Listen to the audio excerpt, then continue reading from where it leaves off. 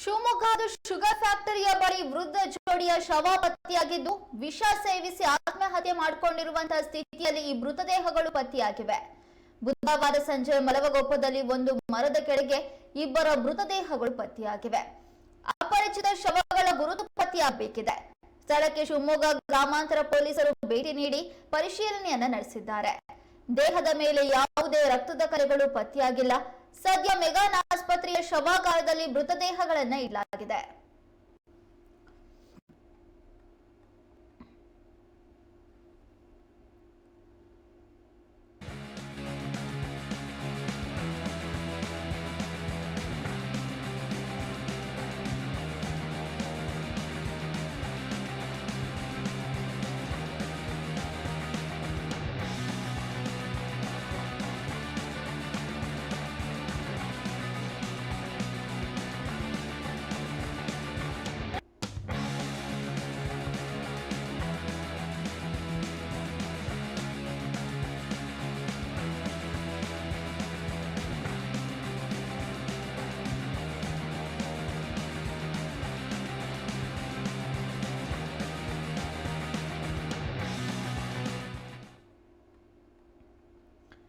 ಶಿವಮೊಗ್ಗದ sugar factory ಹತ್ರ ವೃದ್ಧ ಜೋಡಿಯ ಶವ ಪತ್ತೆಯಾಗಿದೆ.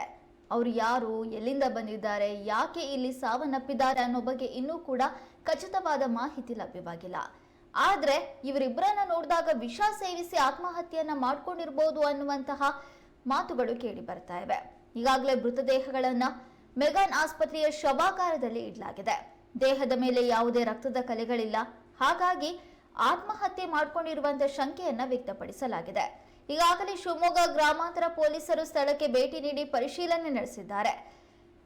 ಮರದ ಕೆಳಗಡೆ ಇಬ್ಬರು ಕುತ್ಕೊಂಡಿದ್ದು, ಅಲ್ಲಿ ಇಬ್ಬರ ಮೃತದೇಹಗಳು ಪತ್ತೆಯಾಗಿವೆ.